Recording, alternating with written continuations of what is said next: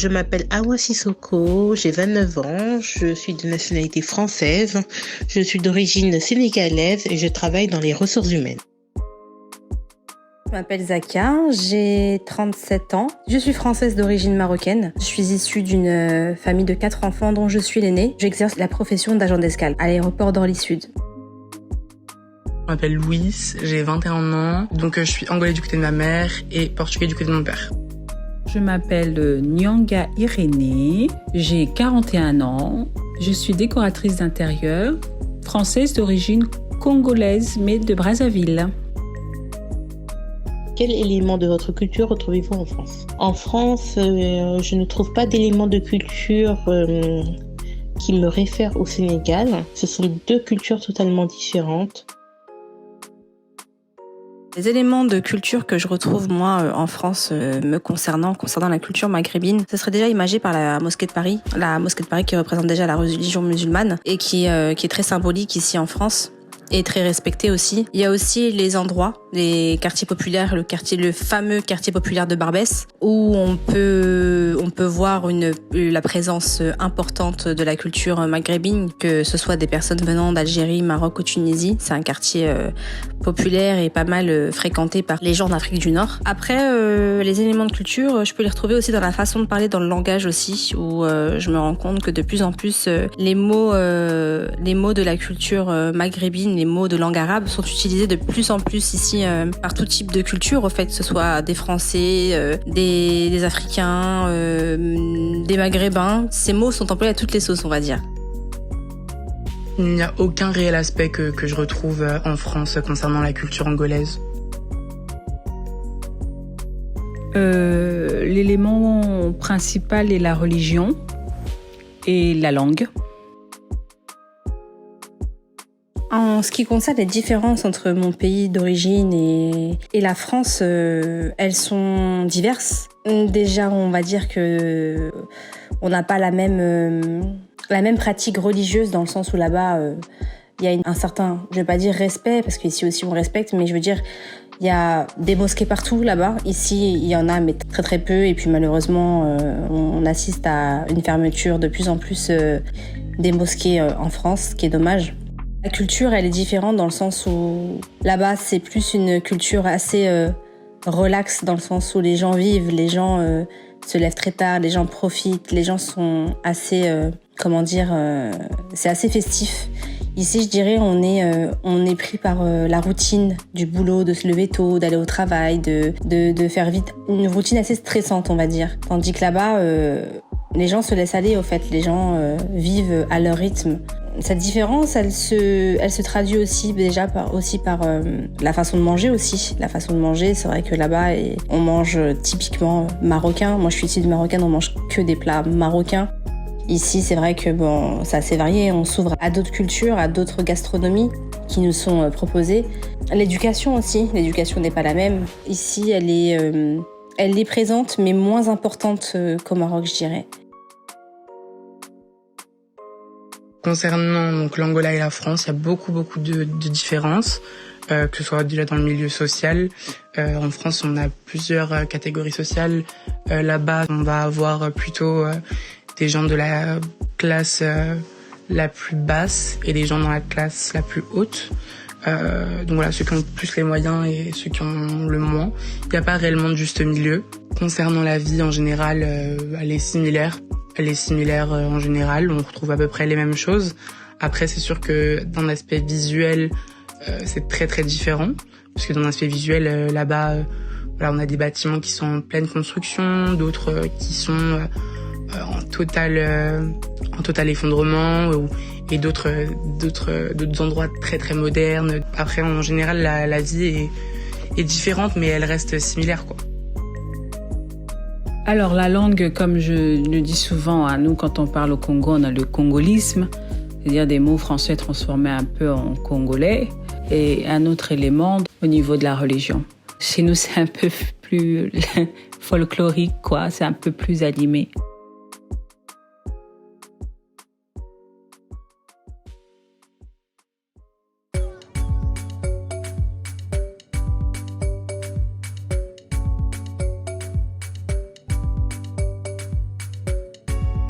Il vous arrive-t-il de porter vos tenues traditionnelles en France? Si oui, où?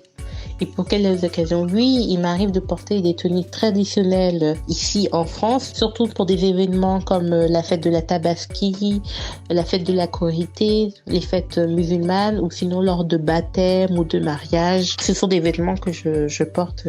Après, c'est vrai que je les porte pas fréquemment parce que vu que ce sont des très jolis vêtements, voilà, j'attends l'occasion pour les porter.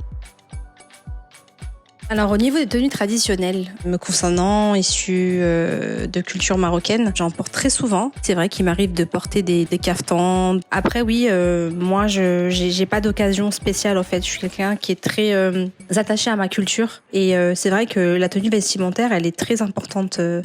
Pour moi, il m'arrive de porter des abayas et j'ai pas de moment précis ou d'occasion précise pour les porter. Je peux les porter pour sortir dehors, aller faire mes courses, comme je peux les porter à la maison, comme enfin voilà. Il m'est jamais arrivé de porter des habits traditionnels à proprement dit en France. Maintenant, j'ai quelques vêtements qui restent des habits, on va dire traditionnels, mais on va dire modernisés. Et là, dans ces cas-là, oui, ça m'est déjà arrivé d'en porter certains sur certaines tenues quand je sortais ou quoi. Moi, particulièrement, j'en porte tout le temps. Dès qu'il fait beau, je porte du wax. On a la wax attitude, donc tout le temps. Il n'y a pas d'occasion précise. Généralement, on peut les mettre aussi pour des mariages, des dots. Hein, les familles ont on appelle ça des tenues, hein. C'est-à-dire acheter le même tissu et en faire une espèce de tenue. Au niveau des fêtes religieuses et célébrations, comment se déroule-t-il ici? Qu'est-ce qui les différencie de ceux célébrés dans votre pays d'origine? Au niveau des fêtes religieuses et des célébrations, par exemple, les différentes fêtes de l'Aïd, voilà, c'est des fêtes ici, voilà, on va les fêter, on va se retrouver ici en France, entre familles, mais c'est vrai que quand on est au Sénégal, c'est totalement différent parce que là, on sent que c'est un moment de fête, c'est un jour férié, personne ne travaille ce jour-là, toute la préparation qui est faite en amont, elle est énorme. On voit que voilà, que ça soit les grands, les tout petits, les bébés, tout le monde se prépare. C'est une vraie fête en fait. On sent l'ambiance le matin, les femmes elles préparent à manger. Ensuite après le soir, elles se préparent, elles se prennent des photos, elles vont chez l'une, chez l'autre et tout. C'est vraiment une vraie ambiance. Alors qu'ici voilà, si ça tombe en semaine, c'est un jour de travail et sinon on va reporter ça le week-end pour qu'on puisse se retrouver un minimum en famille et fêter les fêtes religieuses. Après au niveau des mariages, des baptêmes, voilà, on essaie de garder nos traditions. Donc nous par exemple les mariages, on essaie de se réunir, voilà, garder cette tradition avec toute cette partie culturelle que nos parents nous ont donnée. Après voilà, c'est difficile ici en France, il y a des choses qui se perdent au fil du temps. Au niveau des fêtes ou des occasions religieuses, ce qui différencie le Maroc de la France, c'est déjà les moyens financiers.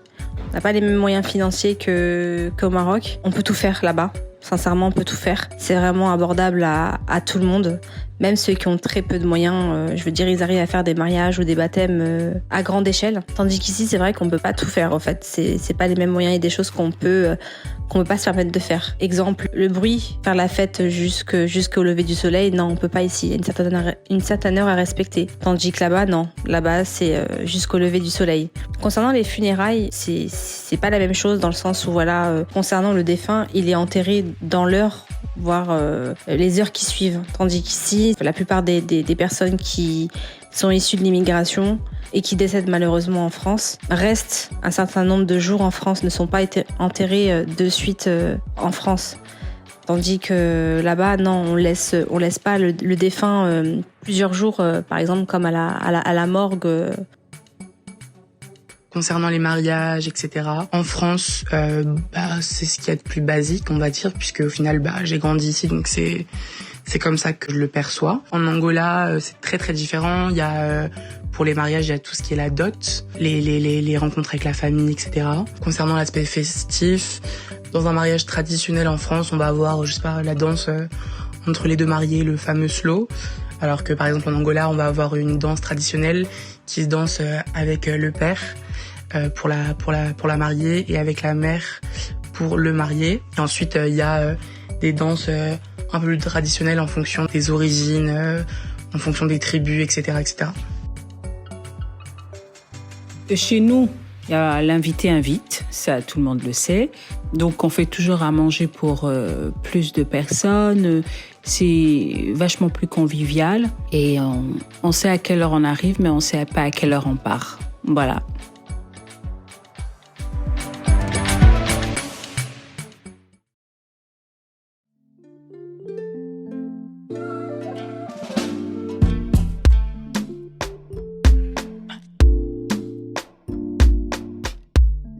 Est-il facile pour vous de trouver des denrées alimentaires qui viennent de chez vous ou vous fournissez-vous? Pour moi, il est très facile de trouver des denrées alimentaires. J'ai grandi dans les 8e, donc limite Stalingrad et entre Stalingrad et Château-Rouge. Donc pour me fournir, c'était très facile. Il y a des arrivages très souvent du Sénégal. Après, là, je prépare mes plats sénégalais. Il n'y a pas de souci par rapport à ça. Ou sinon, quand je partais au Sénégal, voilà, je revenais avec des aliments que je pouvais congeler, bien sûr.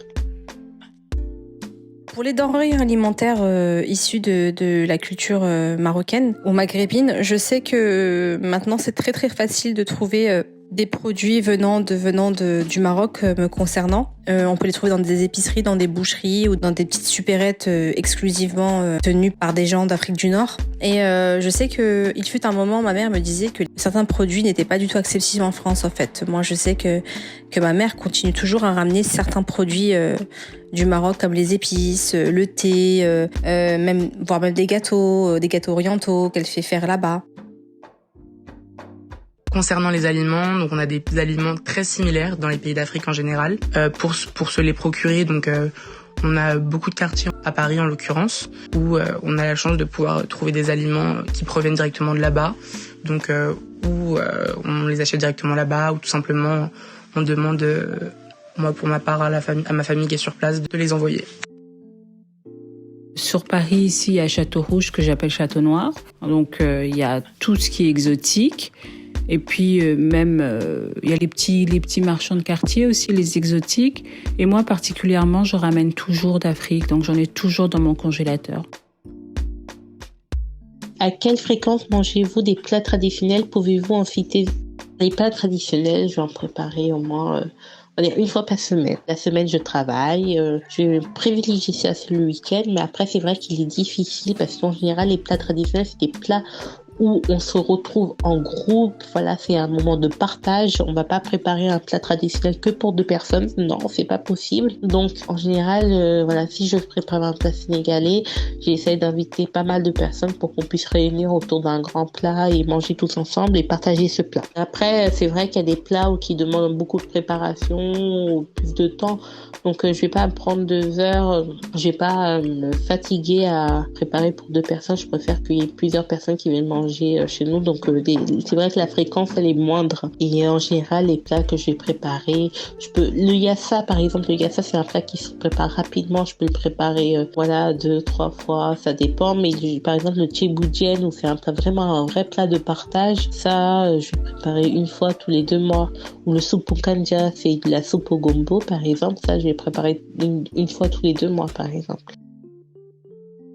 La fréquence, elle varie au fait. Elle varie. Je peux manger tous les jours des plats marocains, comme par exemple pendant le Ramadan. On va dire que pendant tout le mois du Ramadan, on va manger que des plats orientaux.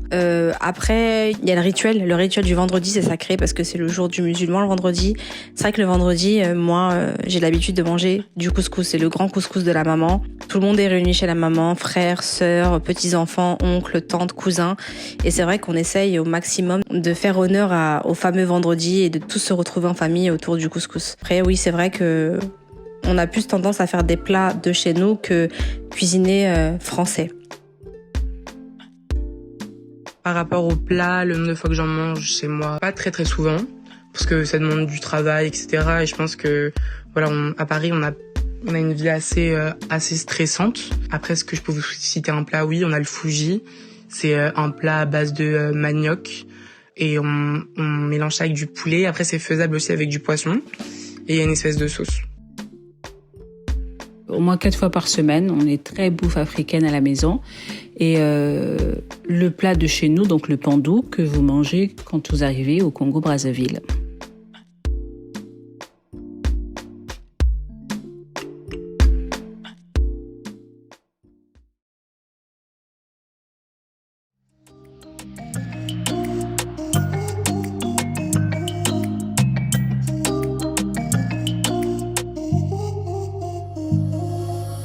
À la maison, parlez-vous français ou la langue de votre pays? Pour vous, combien est-il important de continuer à parler sa langue natale? Moi, malheureusement, à la maison, je parle français. Ce qui est dommage, c'est que voilà, à la maison, mes parents me parlaient français, mais la langue, lorsqu'il y avait des amis, la langue que j'entendais le plus souvent, c'était le Wolof. Donc, je comprends le Wolof, je ne parle pas. Mais quand je vais au Sénégal, j'ai pas le choix, je suis obligée de parler. Pour moi, c'est très important de garder sa langue natale parce que c'est ça qui va faire que nos enfants, plus tard, vont continuer à parler. J'ai la chance, mon mari parle le Wolof, donc j'espère qu'on pourra parler, mon mari en tout cas pourra parler cette langue à mon fils de temps à autre.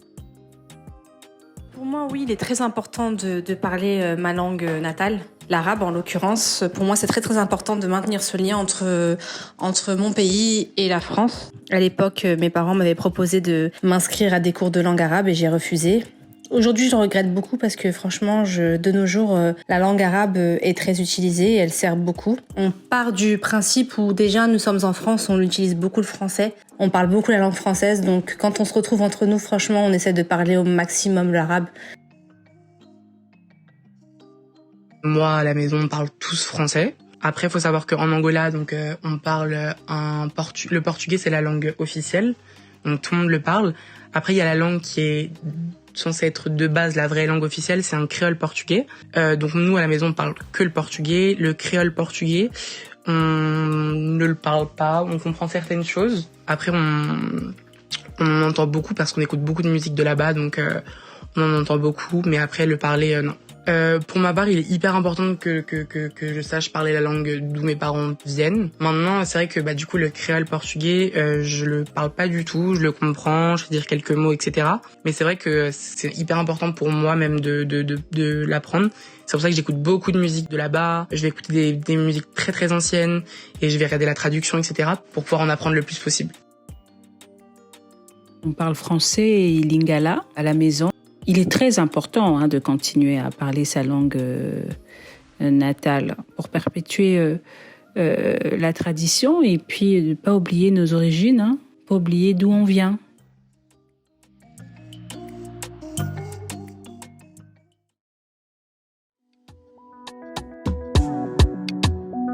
Est-ce que vous vous informez sur l'actualité de votre pays? Si oui, par quels moyens? Oui, je suis informée de l'actualité de mon pays, surtout par les réseaux sociaux ou sur des flash infos que je reçois sur mon téléphone, sinon par les contacts que j'ai au Sénégal. Oui et non. Plus non, parce que c'est vrai que j'ai pas trop le temps de regarder la télé marocaine. Mais oui, j'essaye de quand même de m'informer. Mais quand je me pose, j'aime bien regarder tout ce qui est séries marocaines, tout ce qui est comédie, tout ce qui est animation, divertissement. C'est vrai que je vais pas dire que c'est important, mais c'est bien parce que je me retrouve, en fait, quelque part, je me téléporte au Maroc, en fait. Concernant l'actualité du pays, oui, je suis à l'affût de ce qui se passe sur place parce que voilà, j'ai beaucoup de familles là-bas. Il faut savoir aussi que au Portugal, par exemple, pour le journal du 20h, on va aussi parler des pays, des anciennes colonies portugaises. Du coup, on parle très souvent de l'Angola. Et puis, moi, j'ai de la famille sur place, donc voilà, on a un grand groupe WhatsApp avec tout le monde. Et du coup, ils nous tiennent informés de tout ce qui se passe sur place. L'actualité de mon pays, oui, à travers les réseaux sociaux, la télé, Internet, et la famille qui est restée sur place, bien évidemment. Êtes-vous resté en contact avec des gens de votre pays? Si oui, comment? Oui, je suis en contact avec des gens de mon pays. Oui. Je suis en contact avec mes beaux-parents, mon père, des cousins, des cousines. Et en général, on se parle sur WhatsApp. Je suis en contact avec de la famille au Maroc. Et oui, on s'appelle très souvent. Là, récemment, je suis restée 1 mois et demi au Maroc. Je me suis vraiment liée d'amitié avec ces personnes-là, leurs filles, leurs enfants. On essaie d'être en contact assez régulièrement par WhatsApp. Heureusement que WhatsApp existe, ou Facebook, ou Instagram. On essaie d'échanger au maximum, ce qui permet d'entretenir aussi ce lien Maroc-France, qu'en fait, c'est très important, je pense. Je suis en contact avec des gens sur place, j'ai ma famille là-bas. Après, j'ai des amis de ma famille aussi que je connais. Donc oui, je suis en contact avec beaucoup de gens sur place. L'endroit où on communique le plus, c'est WhatsApp. On a un grand groupe familial, donc on est beaucoup dessus. Du coup, voilà, on prend tous des nouvelles tous les jours, on envoie un petit bonjour, etc. On s'envoie des informations, etc. J'ai toute ma famille là-bas, une très grande partie de ma famille là-bas, dont mes parents. Et puis, on est tout le temps sur WhatsApp. Hein. C'est le lien de communication le plus utilisé, WhatsApp. Avez-vous coutume d'envoyer de l'argent à vos proches au pays? Oui, enfin, la seule personne que j'envoie de l'argent, c'est mon père. Mais non, sinon, je ne le fais pas, et je ne le ferai pas. Pour les grandes occasions telles que l'Aïd, la fête du Ramadan et l'Aïd pour le sacrifice du mouton, oui. J'envoie de l'argent à des familles qui sont dans le besoin. J'essaie de faire aussi des sadakas occasionnellement. J'essaie d'en faire, je vais pas dire un maximum, mais j'en fais par le biais de Western Union, ouais. Mais pas régulièrement. Concernant l'envoi du coup d'argent dans mon pays, alors tout dépend, ça dépend de la situation des personnes, etc. Par exemple, s'il y a un mariage ou quoi, on va envoyer de l'argent pour l'organisation de la fête. Pour certains dans ma famille qui sont dans la nécessité, on essaye d'en envoyer. Après, quand eux ils viennent à Paris, par exemple, on va leur donner un peu d'argent, etc. Enfin, tout dépend. Comme à peu près tout le monde, bien sûr.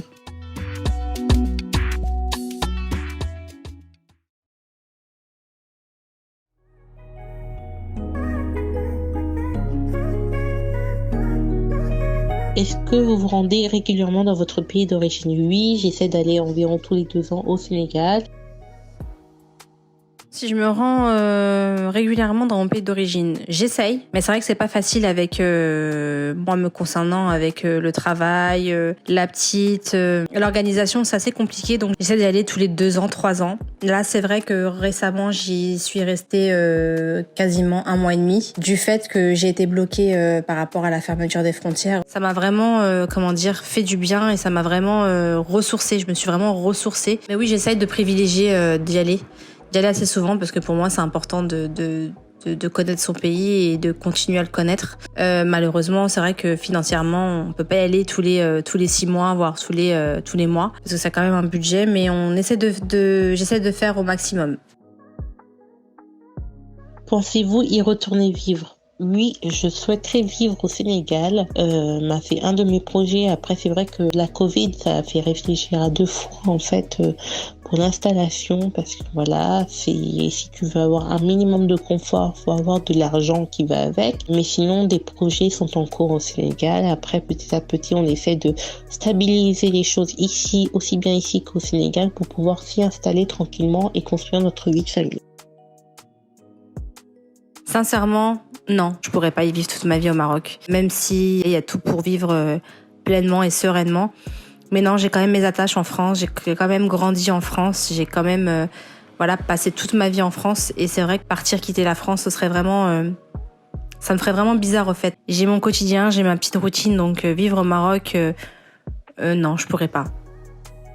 Est-ce que je compte y vivre? Non. Maintenant, je sais que c'est un très très beau pays et qui est en train de se développer. Et voilà, et je pense que d'ici quelques années, s'il est pris en main par de très bonnes personnes, des gens qui comptent investir, etc., ça peut devenir un des pays où le taux de tourisme pourrait évoluer. Moi, j'ai déjà un pied au Congo, Brazzaville. Hein. J'y suis quasi tous les 1 mois et demi. Donc, j'ai un pied à Paris, j'ai un pied à Brazzaville aussi.